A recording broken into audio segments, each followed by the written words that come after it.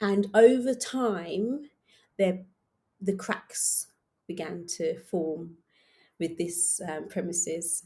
And I mean that physically, and I also mean that in terms of we saw that there were some integrity challenges, let's put it that way. And things that were promised were not delivered, things that were agreed never came to fruition.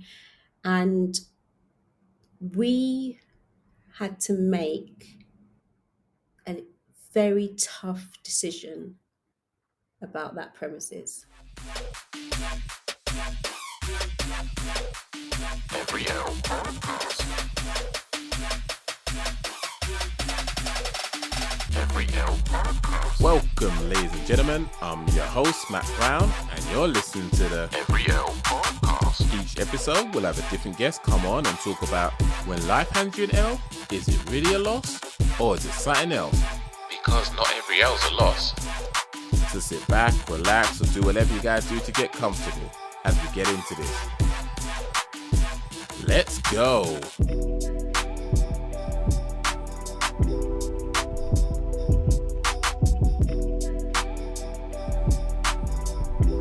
Hello everyone, welcome to another episode of Every L podcast, where every L is not a loss. And I am so fortunate to be in a position where I can have various guests come on and tell us stories about their lives where they felt like they were in the depths of despair, wasn't happy the direction their life was going in, and express and explain their emotions, the thought process of what they were going through at the time, and then tell us what happened at the end of it, what they gained from those scenarios. Because I think some of us, when we're living those situations, which we probably live very frequently, if we're honest with ourselves, don't actually see that sometimes what we're in is not our forever. And it's very hard to remember that at the time. So I think having guests being willing to come on and share these stories is so important, and to obviously acknowledge them and to thank them for allowing me to have this time with them, for them to share their content with us so that I can then share it with you guys. So thank you very much to my wonderful guests that have gone before, and thank you very much to my current guest, Zara, who I've known for, oh my gosh, wow, it's like 20 years. It's more than 20 years. Oh my gosh, yet she still looks as good as the day I ever met her. So like, she's a fantastic human being. She is just so knowledgeable. She's so kind-hearted. She's determined. She knows what she wants. And she gets what she wants because she puts the work in. I've known her husband since school days. I'm not going to tell you how old I am. Let's leave that one alone. However, I'm very fortunate to have her on because she's just an amazing woman, and I just can't wait to hear what she has to share, because I know it's going to be impactful, and she's just done amazing things. So before I go on any further, Zara, would you like to introduce yourself in a way that you see fit and divulge whatever you feel comfortable divulging about your marital status and so forth? Hello, everyone. I am Zara. I am the founding director of a company called Love Literacy. In fact, we celebrate 10 years this year. So Congratulations. thank you. It's a wonderful milestone that we've hit. And I am a wife to a wonderful man by the name of Kalai Janelle. I'm a mother to two great children, Ebony, Grace, and Elijah. And really, by profession, by trade, I'm a teacher. But kind of over the years, I have transitioned into also becoming an entrepreneur, which I'm really proud of, I really enjoy. And that's me. Amazing. Trust me, she scaled back quite a lot on this. She's very modest as well. Absolutely amazing human being. I'm just so gassed that I actually know her, to be fair. But what we're going to do, as we do with all our episodes, we're going to go in and talk about L's that people have experienced in their life and what happened during that time. So the first L that I would like to talk about that she sent over, again, I didn't know what it was prior to getting it through. I haven't looked into it any further. The first L is pandemic causing business closure. So I understand you have a business, Love Literacy. The pandemic happened globally. Lots of businesses went under. A lot of businesses suffered, and some of them actually thrived. Your business sounded like it wasn't one of those businesses that thrived initially. So do you want to take us from the beginning of when things kind of went left instead of right with your business because of the pandemic? Sure, and thank you, Matt, for having me on. I will say that. Um, so I run a tuition intervention provision, and prior to the pandemic, it was very much face to face. So I only had one student online, and that was because he had moved to Kent, and his parents really wanted me to still support him. But actually, everybody else was face to face, and the news began to ramp up in terms of this pandemic, or sorry, this virus, and how serious it was. And I like to be decisive, and I like to make clear decisions and inform my clients and customers kind of well and ahead of time. And so we were grappling with, the government don't seem to be making a decision, but we really need to do so. And so we actually got ahead of the announcement, and we shut our service, I would say about 2 days prior to the lockdown. And it was a very strange experience because my passion and my love for teaching and imparting and being with my students suddenly came to a standstill. And I remember feeling a little bit unsure about what we would do. Obviously, we paused people's subscriptions, we had informed our local community centre, and after a few days, I discovered this thing called Zoom, as did the world. And somebody said, just take it. It was a Caribbean man. He said, just take it online, do it. And it was a completely new concept for me. And so I just began sending information to parents and on social media that I was running free classes, free English classes. And I ran, I would say, maybe 7 or 8 free classes for secondary school students, for primary students, creative writing, English language analysis. And we just began to run these free classes and troubleshoot. Okay, got to make sure you mute, got to make sure you share screen. And we were literally kind of on the job learning how to do education virtually. And how do we do it the love literacy way? How do we make sure that our parents aren't receiving a second class service? How do we ensure that we are still seeing our students, engaging with them, making them feel that they are part of the learning process? So that 2 weeks was just fully intense and exhilarating and frightening and overwhelming, but a really amazing opportunity for us. And we thought, right, let me not stop here. Let me not just rely on me as a teacher communicating with my students through a screen. I want to be able to see their work. I want to be able to mark it and offer feedback. And so I contacted a web developer, and she built us a learning portal. You know, like when you go to university and upload your documents, and you she built one of those for us, and it was just incredible because now not only could we teach our students and have that interaction virtually, but we could also mark and offer feedback and look at their presentation and all sorts. Fantastic. And so therein was birthed a whole new provision, and we were able to employ staff from abroad.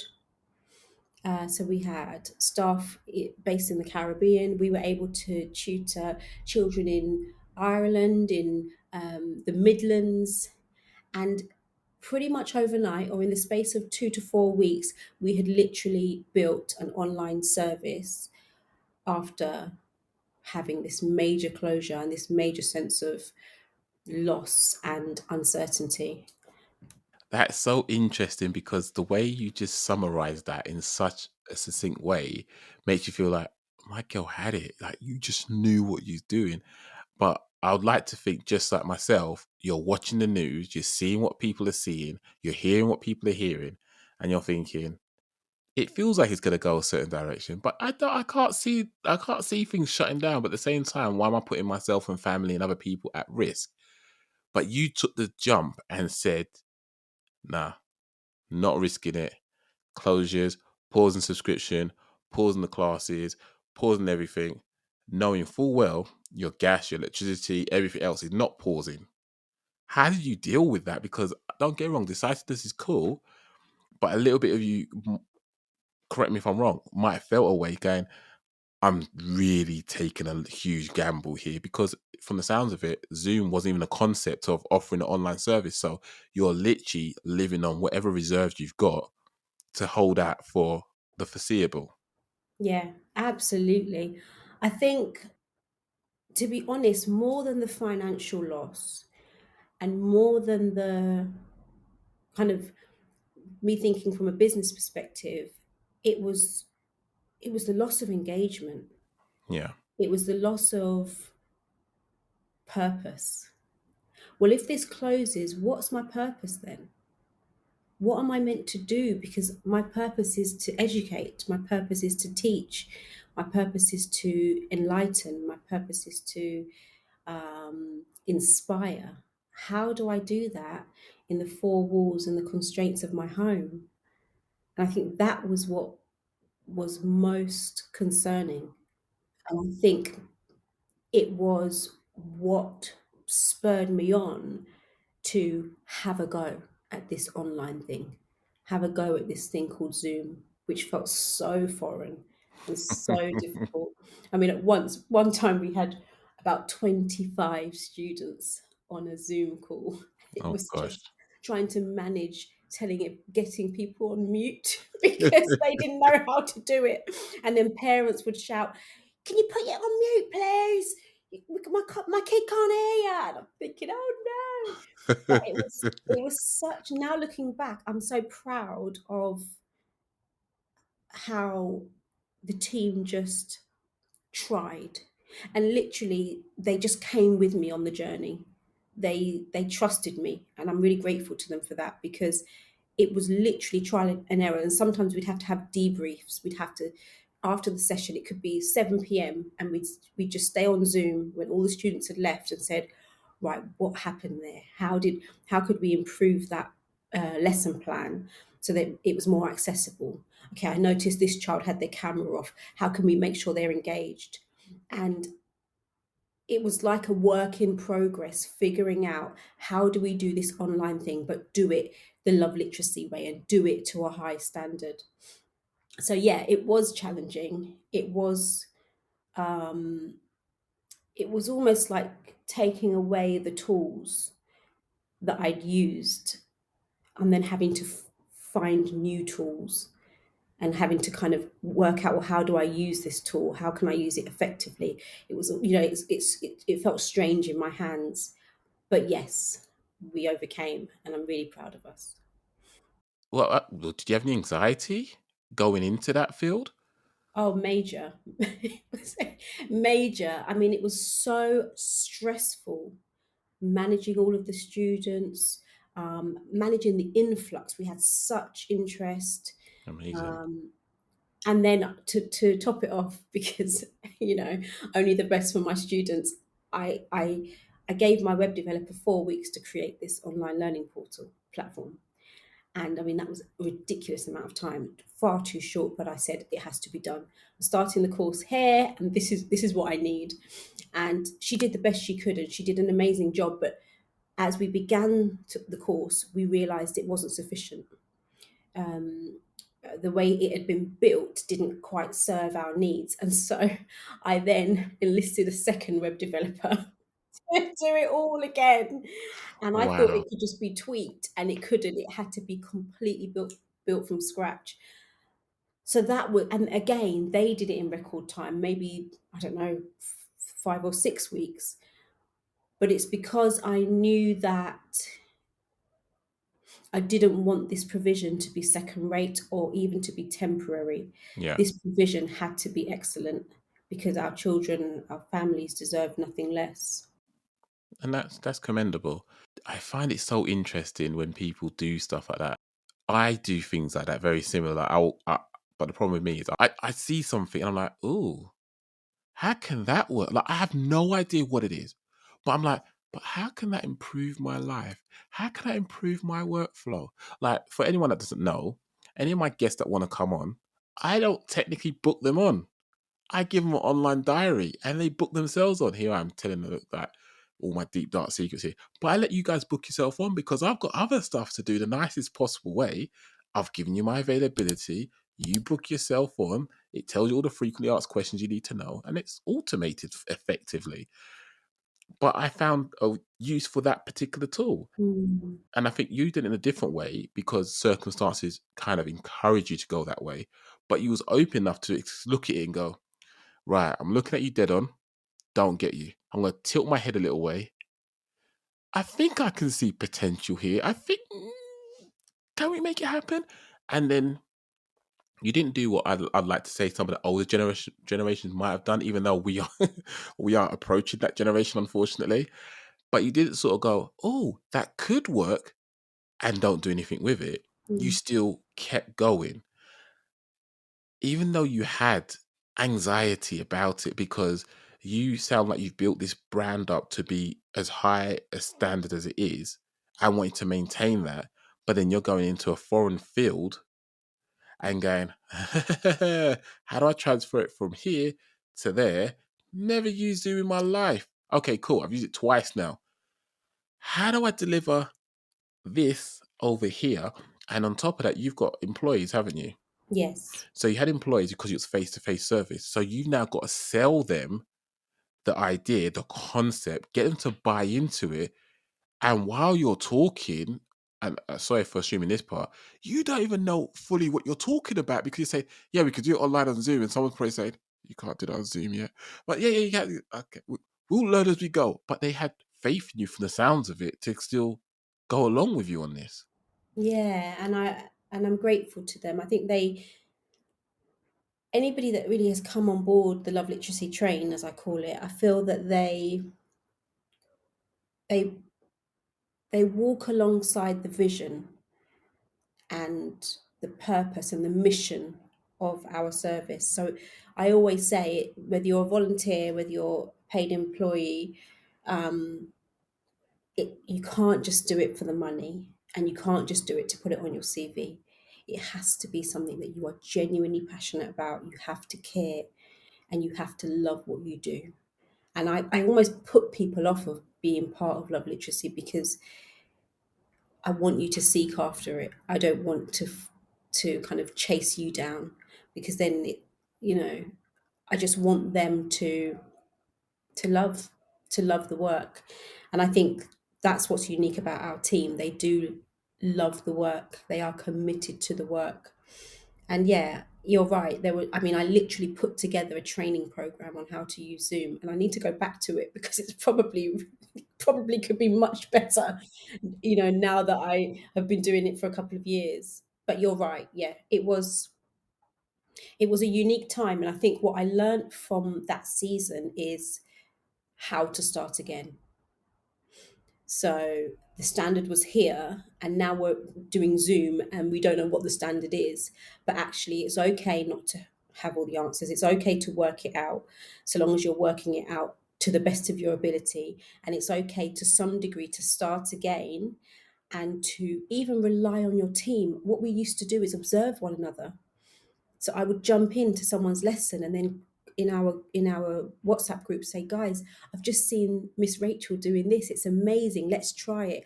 I've just noticed that Mr. Shay uses the chat room in this way, and this is the effect it has on the students. I've just noticed Miss Tracy using a kind of pen that connects to the laptop to demonstrate how to work out this algebraic equation.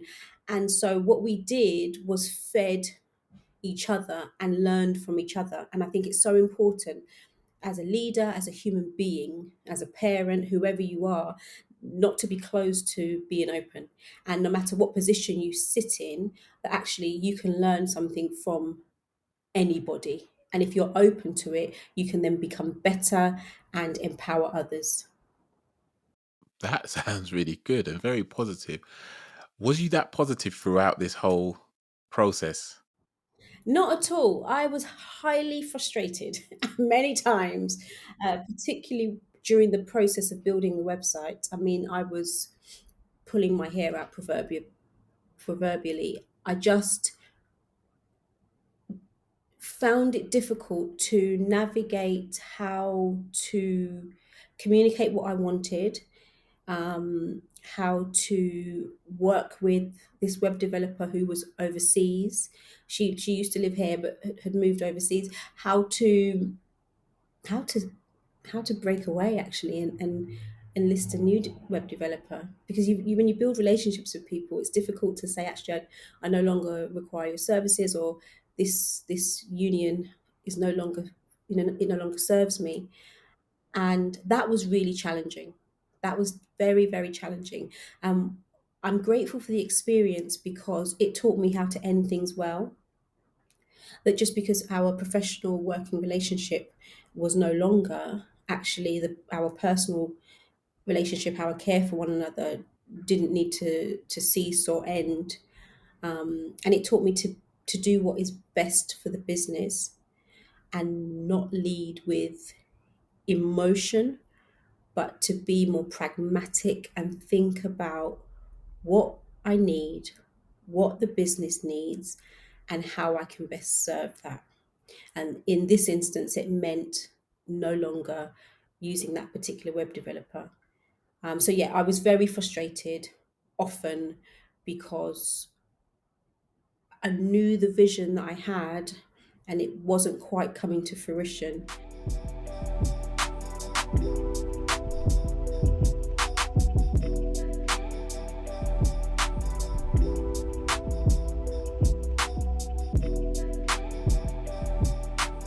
And then moving to web developers then meant I had to get used to a whole new interface, and that came with its challenges. And the direct contact I'd had with the first developer wasn't the same with the second. You had to send an email or log it in a different way, and so that access was different. And I had to really become more tech savvy, because the first developer did everything for me, but actually it didn't empower me. And the second developer said, here's the foundation, over to you. And I had to go, right, this is different, but actually in the long run it will serve me. So now I can set up courses on my websites. I can, I know how to navigate the back end. So I'm now empowered, but it just meant I had to go through a long period of feeling really inadequate, not knowing what I was really doing. And that is really interesting, because I think, at least from my perspective, I don't want to speak for anyone else, but for the outside looking in, you look held together, like you've got it down. I'm not ignorant to know there's certain things that you've got flaws. We all got flaws, but I'm not ignorant to say, oh, my girl ain't got nothing going on like that. She's 100 all the time. That's not the case. But you look that way because you deliver things to such a high standard. But hearing you talk so candidly about, yeah, it was a bit challenging that. Oh gosh, I didn't want to play with that. And what? All of that just is nice. It's refreshing to know that I'm not the only one. I don't know about my audience, but I know I'm not the only one that's going through these things and going through these feelings. I do find it interesting when you mentioned about the developer that you was dealing with and you had to part ways professionally on this particular project, because I'm assuming Mhm. that because the friendship's still there, the relationship's still there, there's probably a door open available if another project was to present itself and you felt the skill sets matched them and vice versa, whatever. How did you navigate that situation? Because if that was new to you and it's dealing with someone else, and that again, that's a business need. It wasn't a personal decision as such. It was like, I need to get from A to B because I kind of feel like I can make money off of this, which means when the business can stay, then all the stuff I've worked on, my vision can be realized. And, I've got staff I've got to pay, I've got bills I've got to maintain paying. How did you approach that situation in regards to, I'm not used to doing this? Oh my gosh, how am I going to navigate this one? I think just initially soul searching, so being really clear on why am I frustrated? Why do I feel this way? What is the problem here? Is it a personal issue? Is it a character issue? Is it a personality clash? Okay, is it a business issue? Is it a matter of we're not aligned in terms of our skill set, our goals, kind of, in terms of business? So a lot of questioning, took place, a lot of dialogue with my co-director Cal, and then an honest conversation. And what was challenging was that this particular person's spouse has really been good to me, and I didn't want to ever make that family and couple feel as though I wasn't grateful for their goodness and grateful for their mentorship and grateful for their kindness. But I think it was just a symptom of running a business and growing up and making tough decisions. And it was a tough decision. I think it was talking it through, rationalizing, separating my head from my heart, and then being gracious in the way I communicated my concerns and also my decision. I think once I'd made the decision, the concerns no longer mattered. I didn't need to get personal. I didn't need to break it down because I was very clear about the decision that I needed to make. So I think it was a process, and then just being kind in the execution. So what helped you to get that moment where the penny dropped for you is like, I'm there. I can deliver this because I've reached my resolve. I think it was needs must.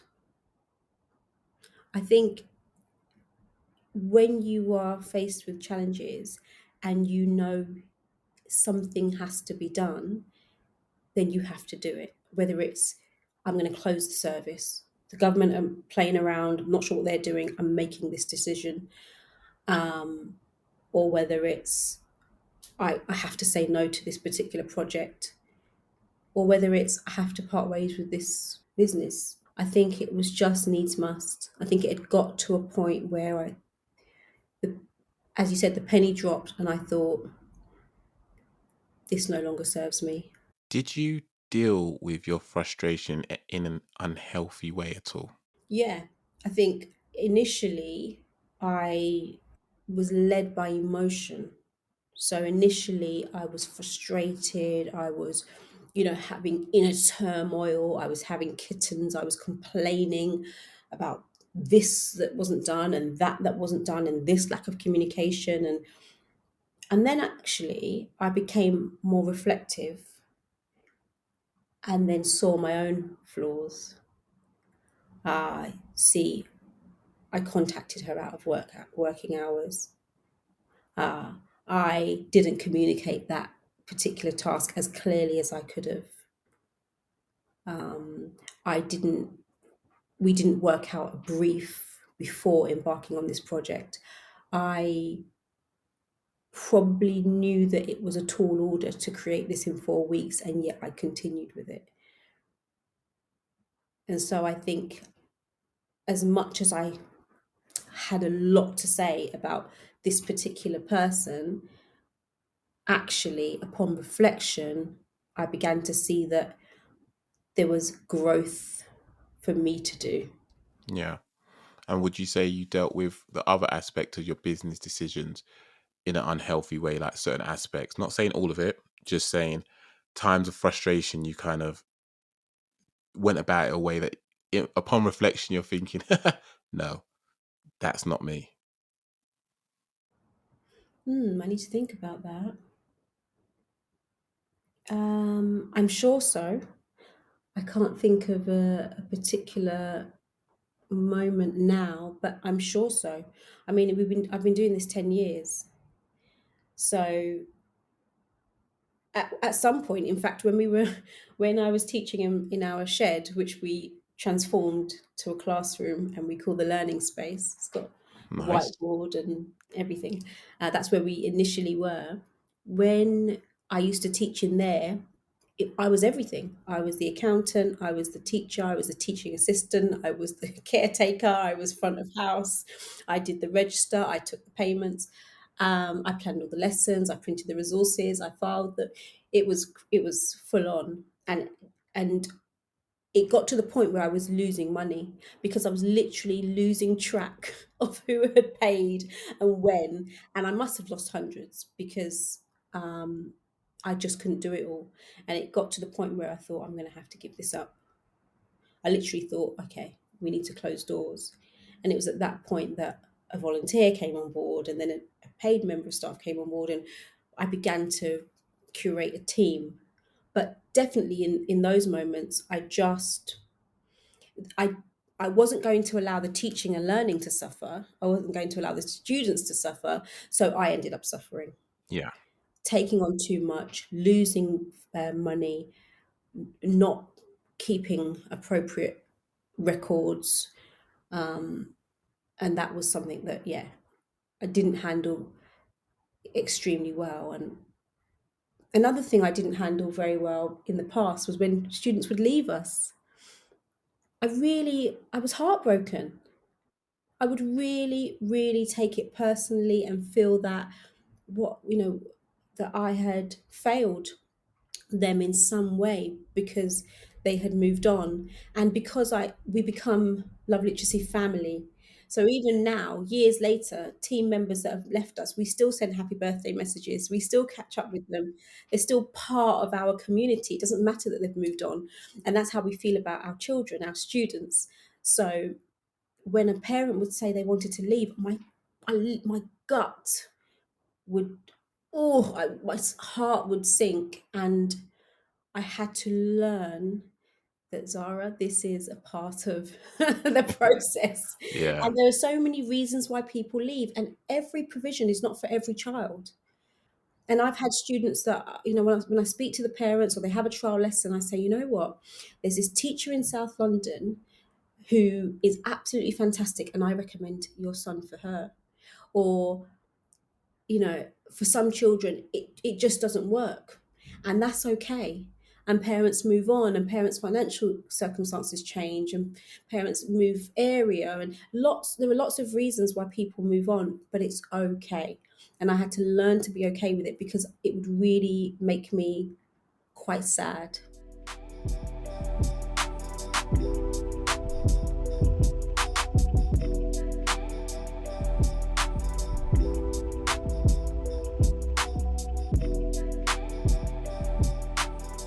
Yeah. And it sounds like if you're not happy, you're not where I guess you normally are. It means that your family's then robbed of the mum, the wife, friend, the whatever capacity you're in at that moment, because you're not in yourself at that time. You're absent from yourself because you feel like you're missing something. And it's not personal. It's a business transaction that has ceased to continue, and that's okay. But I fully get that. So looking back, that was an L in terms of having to close a business down. But what would you now call it if it's not an L? I would call it a rebirth. Nice.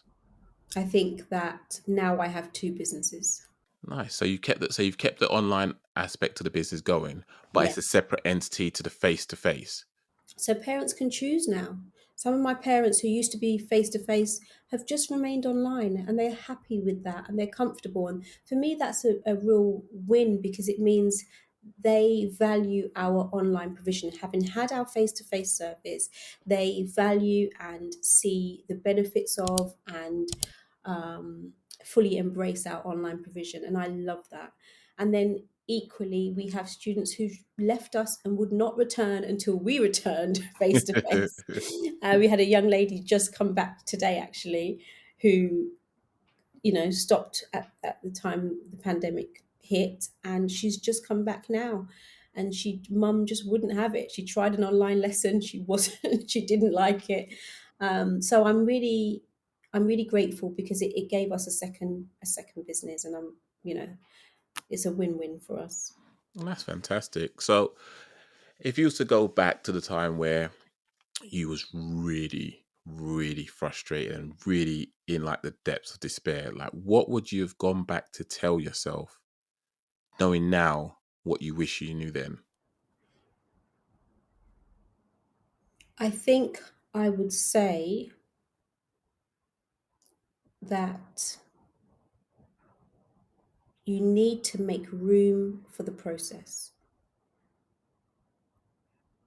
because we often look to the destination, The children say in the car, "Are we there yet?" So that constant striving for where we're going to be, rather than embracing the process and and allowing yourself to learn from it and grow from it in real time. Not rushing ahead or desperately seeking the next thing, but just being present to the process. I agree with that. I've told many people, especially being a creative, that I guess I can't deny it. That's what I am. I'm always doing something creative. I've learned to appreciate the process because someone's always going to critique it, or I'm going to look back at it and critique it. So I better learn to enjoy the process because that's all I'm going to be doing 99% of the time. Mm. 1% of the time, it's like, hey, my gosh, look what I made. On to the next one. That's just life. Um, so you talking about, allowing yourself time to grow and to, explore the process. Do you think you would have been in a place to accept that, like if it was said to you in that way, or do you think it'd have to be presented to you in a different format? I don't know, to be honest. I think that hindsight's a wonderful thing. Um, I don't know, is the honest answer. I think that sometimes the penny drops in different ways, doesn't it? Sometimes you look back and say, "Oh, that was a really great piece of advice," and other times you're able to accept it and receive it in the moment. Um, but I do know that I did grow exponentially in that time, and I do know that looking back, I'm very grateful for the process. I'm so happy to hear that. So no, greatly appreciate you going through that. What we're gonna do is look at your second L, if you're all right with that. Sure.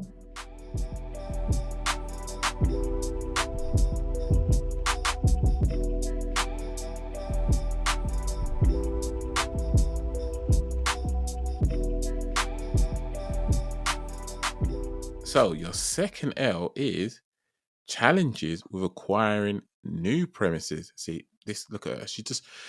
From closing down one business to open up a second business to acquire new businesses. Like I'm telling you, this woman can do everything. She's Wonder Woman. Um, but it's interesting. It's interesting. So you acquired a new premises. Now, is that for your face-to-face business or a third business? Good question. So initially, we were just looking for a hall to hire. We were at the community centre prior, and it worked well. So we were looking at an alternative. I was on a business kind of meeting call and encountered this gentleman who took me to a space in Dagenham to have a look, and it was okay, not quite right for what I think we were trying to do. And then he showed me this massive, I think it's 150 square meter, something crazy premises, and said, "What about here?" And I just initially dismissed it because it just seemed too big. There's needed so much work needed to be done. I mean, it was just not in a habitable state. But he kind of left it open and said, "This is a great premises. Consider it." And so I did, and we ended up acquiring the premises on a long lease and transforming the place. I mean, we turned that place from, pit to palace in a matter of maybe 6 weeks or so. And once it was safe to do so, and once the government had lifted certain restrictions, we reopened our face to face service, reimagined it, created this Saturday school provision. And it was just incredible. I mean, I had never considered being the a lease owner. I'd never considered such an amazing, huge space. In that time, as you do, I started a CIC because I thought, well, what we do is amazing, but ultimately, not every parent's going to be able to afford the kind of provision that we offer. Yeah. And actually, particularly our what they call ethnic minority groups are certainly not going to be able to access it if they are financially disadvantaged. So I galvanized a couple of people and we set up this CIC called Love Education. And that's kind of what we acquired the premises under that umbrella. And ultimately we had this vision, and we still do have this vision, to ensure that our disadvantaged black and brown children are able to access the quality that we provide, but even if they haven't got the funds, basically. And so then we had love literacy, we had the online provision, we had face to face, and we have this CIC. And over time, the cracks began to form with this premises. And I mean that physically, and I also mean that in terms of, we saw that there were some integrity challenges, let's put it that way. And things that were promised were not delivered, things that were agreed never came to fruition. And we had to make a very tough decision about that premises. Now, in the midst of all of that, I had joined a mentoring community, which was absolutely fantastic.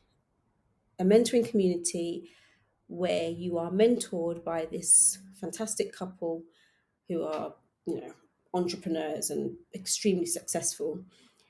And of all of the mentees, maybe 100 or so, two were chosen for pro bono legal support. Nice. And I was one of them. Oh, wow. I don't, Matt, when I say the legal support that I received probably could have come up to £30,000. Damn. And I was chosen to receive this pro bono legal support. Everything from dealing with the premises and liaising with the landlord and the owner, to looking at our website and making sure that all of the correct documentation on there is sound. And so this solicitor, this firm, basically walked with us and supported us in bringing the premises lease to an end. Wow. So we went from having this huge, disgusting, but hugely high potential premises, to transforming it to something that was unrecognizable, and running our provision from it and becoming landlords ourselves, hiring it to a local, lovely local church, hiring it for people's events, hiring it to other organizations, to working out and liaising with a solicitor to be released from our contract. Wow. I'm not gonna lie, sounds like there's so much more involved there. I appreciate, obviously, keep what you need to keep to yourself, but it's nice to hear that out of all the people that were there, you were selected, and that effectively is you like winning a 30 grand lottery ticket right there. 100%. And people, when they heard, which is, I called it an L, because when they heard that we were leaving the premises, they were sorry for us. And we said, no, this is a miracle. To be released from, I think it might have been a 5-year lease. I might be Wow. wrong, yeah. So to be released from a 5-year lease, the rental income was, or the rental amount was huge, absolutely huge. And to be released and not to have to pay a penny is, I mean, it's nothing short of a miracle. And how long was you in the premises before you got to the point where you terminated or ended your tenancy? Yes.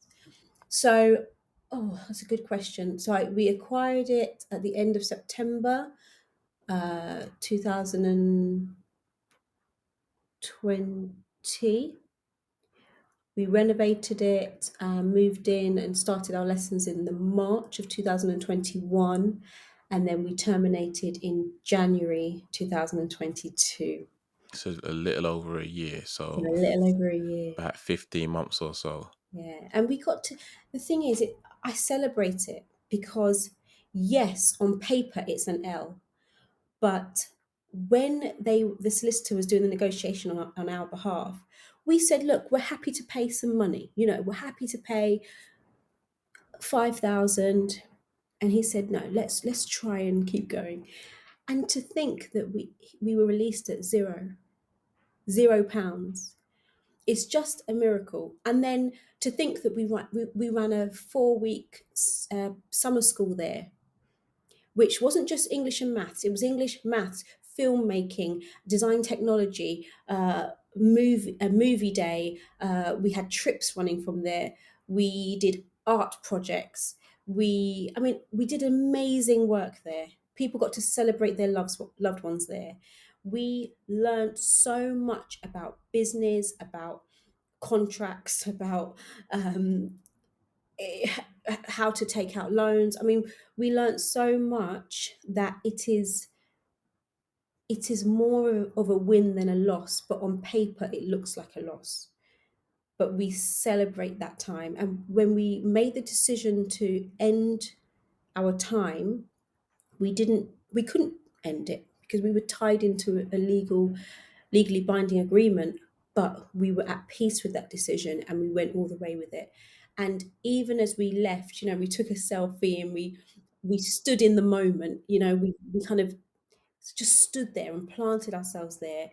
And literally it was Cow and I who vacated. It was like moving out of the house, moving home.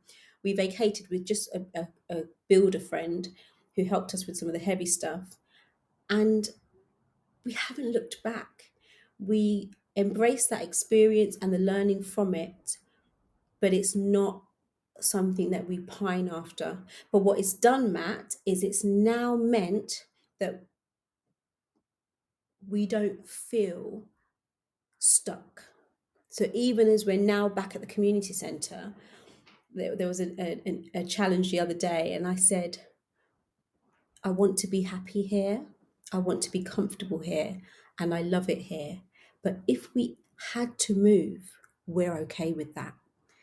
And that's what it's done. It's now meant that it doesn't phase us. We moved once, we can move again.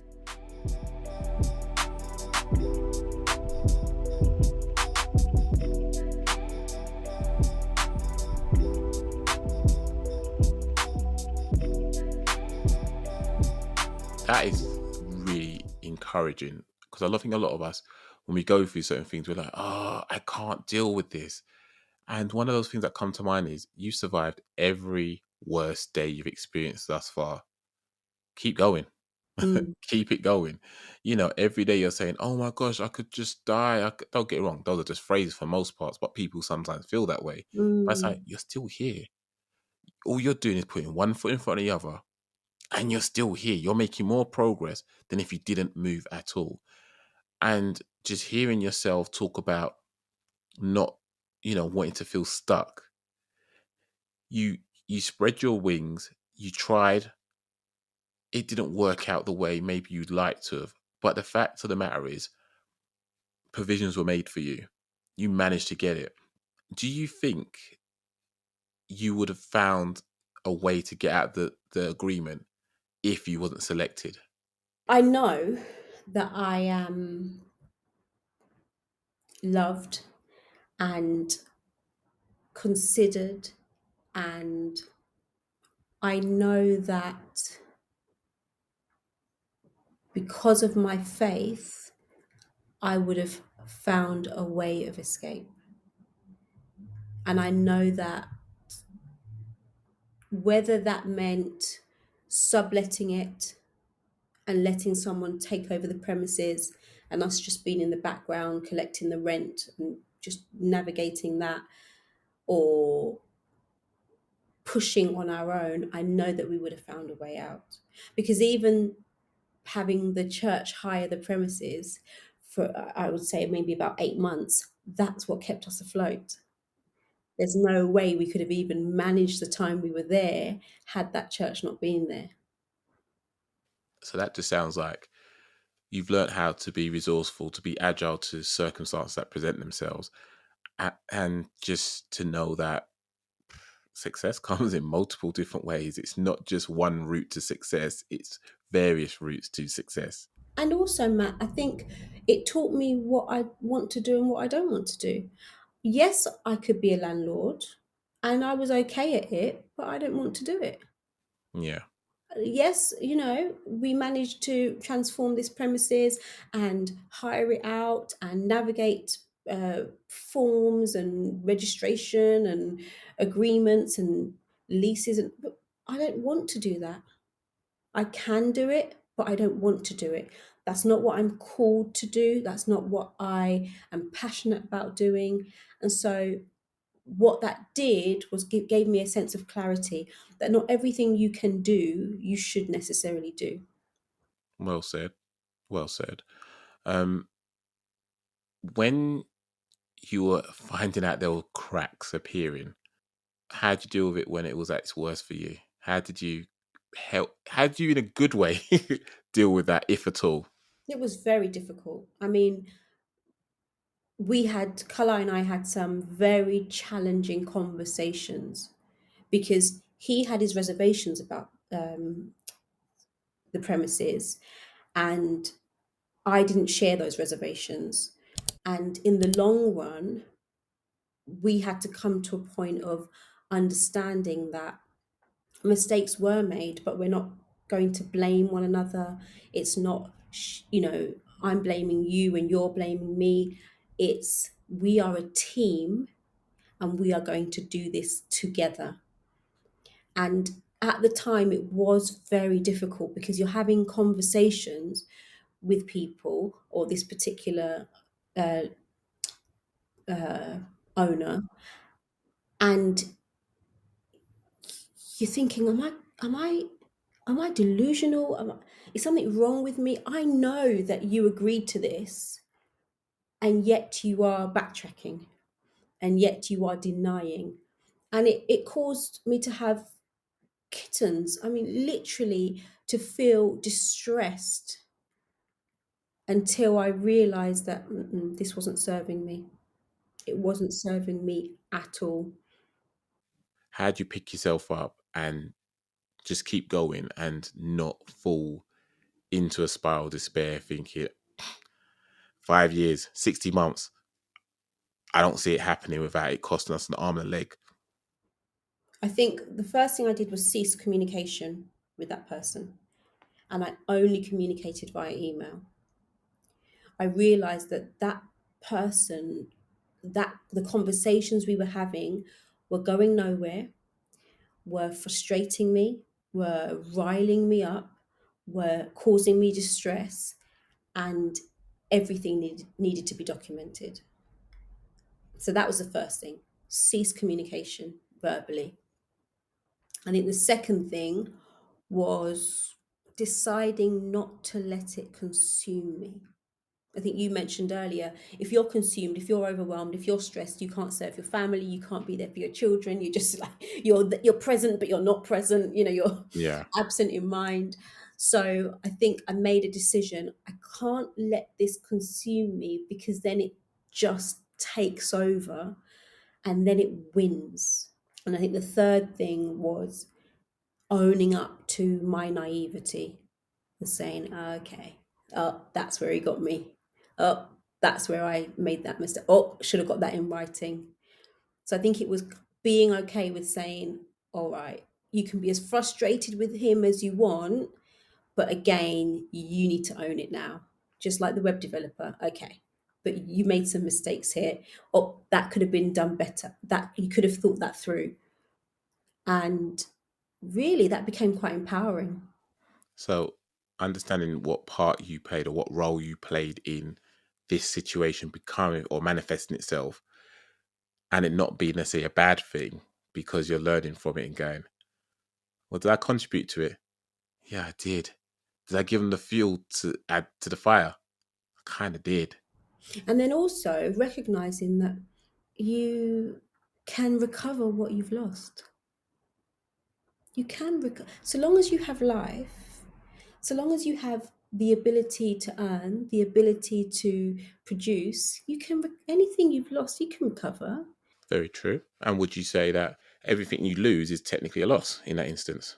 Well, no, absolutely, because what we gained was so, oh, I mean, it was so valuable, so rich, so plentiful. But even still, even if you have lost, lost finances, you know, you can recover it. It's just money. Very true. And I think as well, what some of us fail to realize is that when we spend money on something and then it doesn't go the way we want it to go, and then we're like, oh, I've got to sell it or do whatever and part ways, you could have paid that same money to a seminar, listen to Yeah. someone talk, you switch off halfway through it, and they're telling you their lived experience. But you've just now learned that same experience, but in a very different way that now you're going to treasure. It's going to be a scar in your life now because every time you look back, you go, yeah, I got that from that war that I went through. And almost a badge of honor. Yeah, Like, are you really an entrepreneur if you've not made a huge mistake and learned from it? Like for real. that becomes part of your story, that you had this premises and you invested this money and you managed to be released from it early and you paid not one penny back. That becomes part of your story, and that becomes hopefully something that then inspires others to learn from your mistakes, but also to be inspired to take chances and to go for it. And that's true. And I guess that just emphasizes again why I like the concept of this podcast. I'm trying not to blow my horn, but I always kind of look at it from the outside looking in because even though I host it, it's a passion project for me. I just like, I haven't done one episode where it's just me. Maybe by the time it's released, I might have done an episode myself. But other than that, it's for other people. It's for other people to benefit from. And that's in theory what's happening. All of my guests, you included, are telling me things that have gone on in your life, and it just didn't go the way you would have liked to have gone at that time, and how you processed it, how you dealt with it, the impact it had on the people around you, and so forth, and then arriving to the point where it wasn't an L. Okay, at the time it was an L, holding that. Looking back, that's my badge of honor. Because if I didn't go through that, I wouldn't be the version of myself I am today, who's still willing to learn and grow and know that I haven't fully arrived at my destination. I've still got a way to go. Absolutely. And it's okay to not fully be there just yet. It's part of the process, as you've alluded to before, and that we've just got to give ourselves space for it. What would you say to yourself, your younger self, again, when you was at that boiling point because things didn't happen the way they should have done? Things were said and they weren't documented, and you're trying to hold it down. You're trying not to go finding their personal address and threatening them with all that stuff. Yeah. I would see them on social media and think, if I was a troll, you just lied to me and then started celebrating on social media. If I was a troll, yeah. Yeah. See, so what would you? So going back to that time where you was at boiling point, what would you have said to yourself to kind of go? We need to let some of this steam out in a healthy way. Let's not. No, let's not explode. Um, I think I would say that you are you are going another level. You are going to another level, and this painful part of your life's journey is necessary. Growing pains. Growing pains. Love it. Yeah, I get that. I get that. And I don't mean in like, oh, your empire is expanding. I don't mean, oh, you're going to make loads and loads of money now. I mean your capacity, your ability to dream beyond your reach, your understanding. That's what is growing and being stretched and being challenged, and that's why this is necessary. Yeah, I think I've said it on multiple episodes before, a phrase that I hold true to my heart, and I can't remember where I found it, but I think I've adopted it from one of my son's books. And it's nothing about a caterpillar tell you it's going to be a butterfly. And I just love that, because you look at your life, you look at the situation you're in, you're like, nah, no. And then you look at the other side and think, never thought this would have been my outcome. Honestly, didn't think this would be my new reality. And it's that hope. I always tell people when they're feeling low in despair and all they see is darkness around them, I said, don't get it wrong, it's horrible. I've been there. But you got to remember, you need a light source to be able to cast a shadow. So all you got to Mm, do is keep going until you find that light source, and you'll be all right. It's part of life. We have seasons, we go through them all. And it's so easy for me from the outside looking in to use my head. Being in it, those feelings just running ravage. Mutiny is going on right there. But it's okay to feel feelings. It's okay to have bad days, have not so pleasant reaction to certain situations. We are human. We are fallible. It is the known thing. yeah. But I think it's coming to realization that we don't have control over everything. One thing that does cause me anxiety, and I'll be 100% honest with it, is I like to feel I'm in control of certain situations. And then when you have a child and you're responsible for them, and they say, "Oh, can I do this?" And you know that, right? I can only control this amount of stuff. When I say control, I mean very I know what limited you mean. control. But I can control this area of things. And then you're thinking, "Well, what if I could control further afield?" I was getting tired just thinking about having that level of responsibility. Thinking, "Oh, I don't want him to ask a friend to be his friend," and they say no, and then it becomes, "Oh, what if I could control that?" And it's like, do you know what? I just got to let him live his life. And that's where it's got to the point where I can't live my son's life, and I don't want to live my son's life or any of my children's life. I then don't want to live a future version of myself's life. So do you know what? Let me do me now, and whatever comes out the other side of it, we'll deal with that. It's so Mm, for me, taught me to be present, and hearing you talk about your lived experiences and what you've got from them further cements things such as enjoy the process and allow yourself the time to sort of just feel and just be there, and to learn from what you go through. Wear that scar with a badge of honor. Hold that L and go. And you can't achieve great things if you don't cop L's along the ways. It's just not a thing, right? mm, And I think that is a beautiful story to see that, uh, how people, well, what's that phrase? I've never met a strong person with an easy pass. And I think your mm. your situation just highlights that perfectly alongside other people's. Honestly, I could talk to you for so much longer, but I'm mindful of time. So I'm going to leave you as much time as you feel you need to selfishly plug you and your numerous businesses and where people can find you on social. Thank you so much. Well, love literacy really speaks for itself. We have a love and a passion and a desire to see children, young people, and adults thrive. And we want them to be literate, be competent young people and adults, to be able to contribute to the world, to make a difference, and to live well. And we really believe that education is the bedrock and the foundation for that to happen.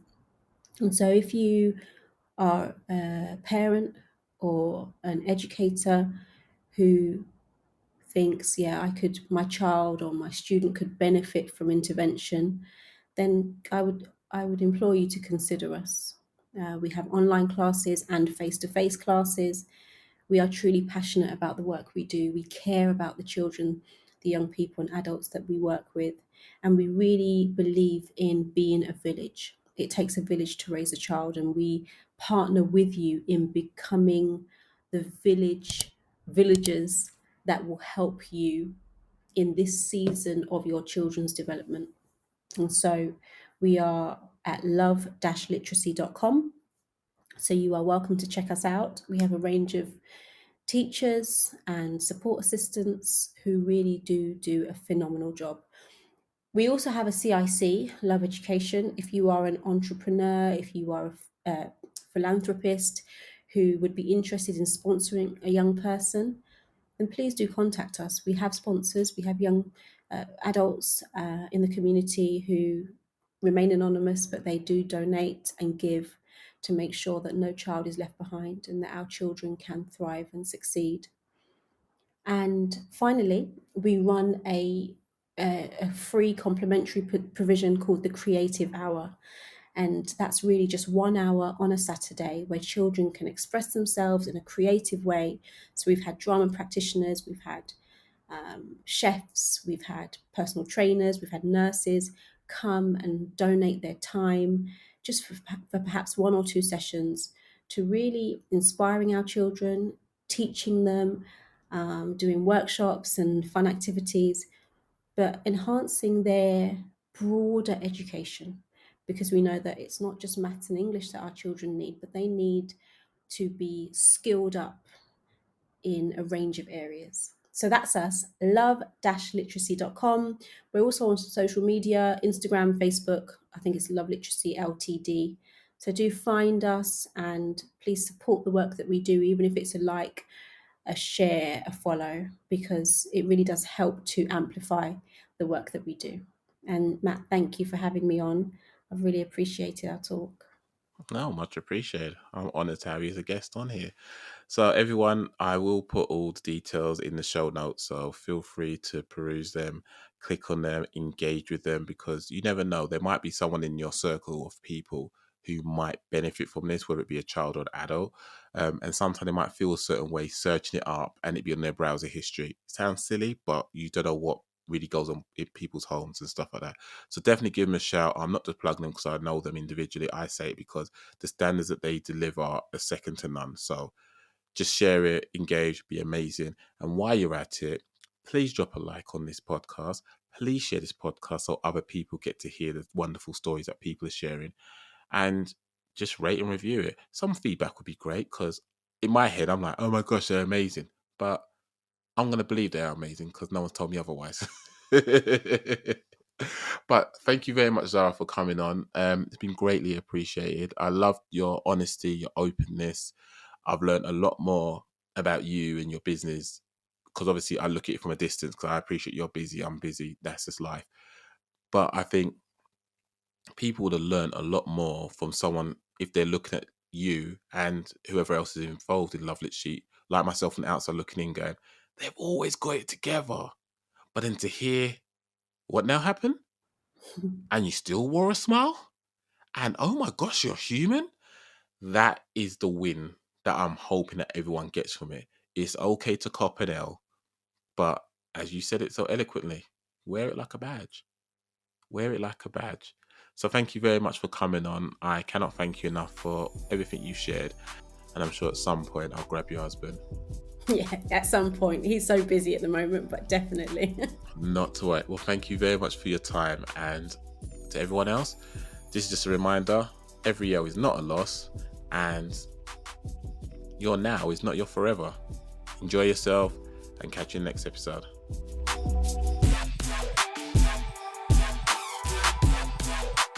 Every L podcast. Every L podcast. Every L podcast.